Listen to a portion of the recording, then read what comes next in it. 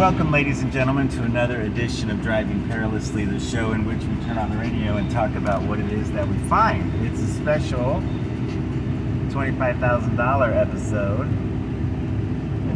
on a rainy Thursday here in sunny South Florida. And today we are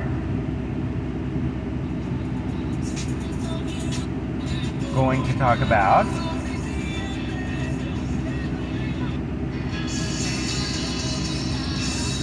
so that's Phil Collins. I've encountered a Phil Collins song several times when I've been recording an episode of Driving Perilously. So I talked about Phil Collins a couple times.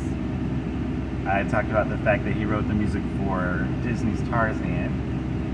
And I don't know what else I've talked about. But I can tell you that his famous drum solo that comes in the middle of Coming in the Air Tonight, what is it? Feeling in the Air Tonight? That famous drum solo is something that he'll be remembered for. But this song, Against All Odds, or the theme song from the movie Against All Odds, it's so funny because it's a very dramatic song. I wouldn't say the melody is that dramatic. It's a dramatic song, but the lyrics are extremely dramatic. And if you have a chance, go to YouTube and watch Anne Reinking, Reinking, dance and sing this song on the Academy Awards. And if the video's long enough, it cuts to Phil Collins' face. He's not happy. He's not happy with her interpretation of his song.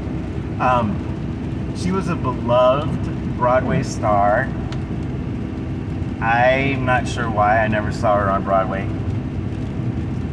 I'm sure she was great and she was beloved, right? But I never saw her on Broadway or anywhere except in still photos, where there's some still photos of her with immensely long legs. It looks like there's a problem. And then this one performance of the song by Phil Collins, and so she starts out singing it, and then it goes into a dance. It's worth a look. So this is DeBarge, the rhythm of the night.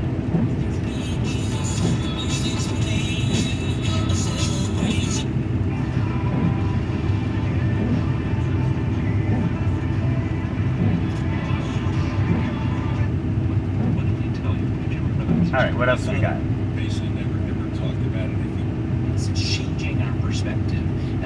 Let's say it's shaping our worldview, how we view the world around us, including who God is, and how we interact with Him, how we see ourselves as human beings, and what does it mean to be human, and how do we interact with others, and also the way we view the world, including our neighbors. I think it's easy for us to get into the us versus them mentality. Boy, it see sure people online as just merely an avatar.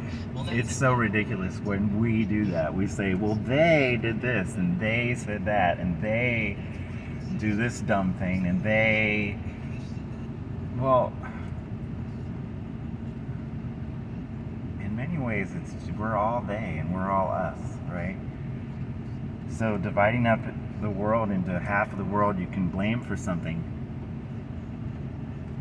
it's not particularly profitable. 10 years ago. But I don't know what they're talking about. We know more about each other, and that has produced division and real strife. It really has. I mean, there's an author named Alan Jacobs who writes about how we just have too much information today. And years past. Yeah, I think that could be true. You know, everybody is an actor, because we're saying what we want to say when and where we want to say it. We're not saying the same things to everybody. And that's fine. You want to be closer to your friends than a stranger. But people are putting on the face that they want you to see. So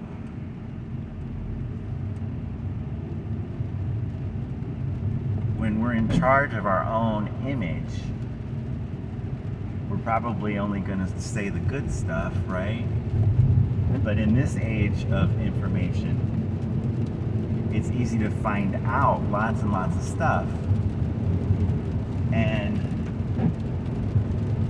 to think that you know the person when you just know a lot of stuff, and to think you know somebody really well, and then you find out things that are an amazing surprise that in the past those secrets would have stayed secret. So I do think we are in an age of too much information. I think it's an age of incredulity and credulity. Like, people are looking for who they can believe because they don't really believe in anything. I mean, we do like the opposite of what we would do if we really believed the things we believe. I don't know if that is expressed very well, but what I mean is, if you ask someone what they believe, they'll tell you something, and they seem sincere, but if you look at their actions, their priorities, where do they spend their money, where do they spend their time, who are their friends, what are they accomplishing, and you look at what they're actually doing and see if it lines up with any of the things that they say are most important to them. I don't know. I think in the past, people were less psychologically damaged or something.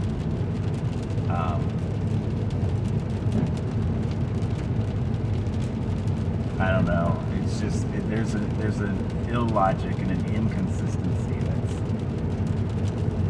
apparent, and I don't think it's just that I'm older than I've ever been and I'm looking at things from this age. I think it's actually true that things have changed from 100 years ago when there wasn't that much information available. I mean, when you think about the fact that Bible means book, so everybody in their home had a book, and now there's so many books, zillions of titles. Goodwill's filled with books, Salvation Army's filled with books, libraries are filled with books, book after book after book after book. So the society doesn't have that commonality. If everybody was reading that one book, right? But we're not. We're reading lots and lots and lots and lots of books. And of course, books are, old-fashioned now. But the information that's contained in them, I mean, we can find out anything in a matter of seconds and see a picture of anything in a matter of seconds, and it's just more information than has ever been available to humanity, and quicker as well. So that's got to be affecting us. All right, so let's try to find something interesting to talk about. Millions that have left. It just falls right behind. That's beautiful. Oh wait, let me see who Sue was singing.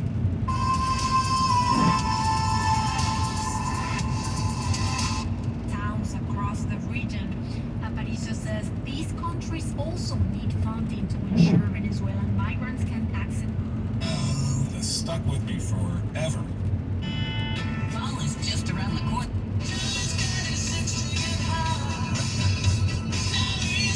DPC, Staples, the Working and Learning Store, and 917 in-store only limited to while supplies last. After a decade or so, it's so clear how hard the singer's trying that I didn't notice at the time. Alright, so that was our edition of Driving Perilously, the show in which we turn on the radio and talk about what it is that we find. This is a rainy 3 p.m., and that will be it for this episode.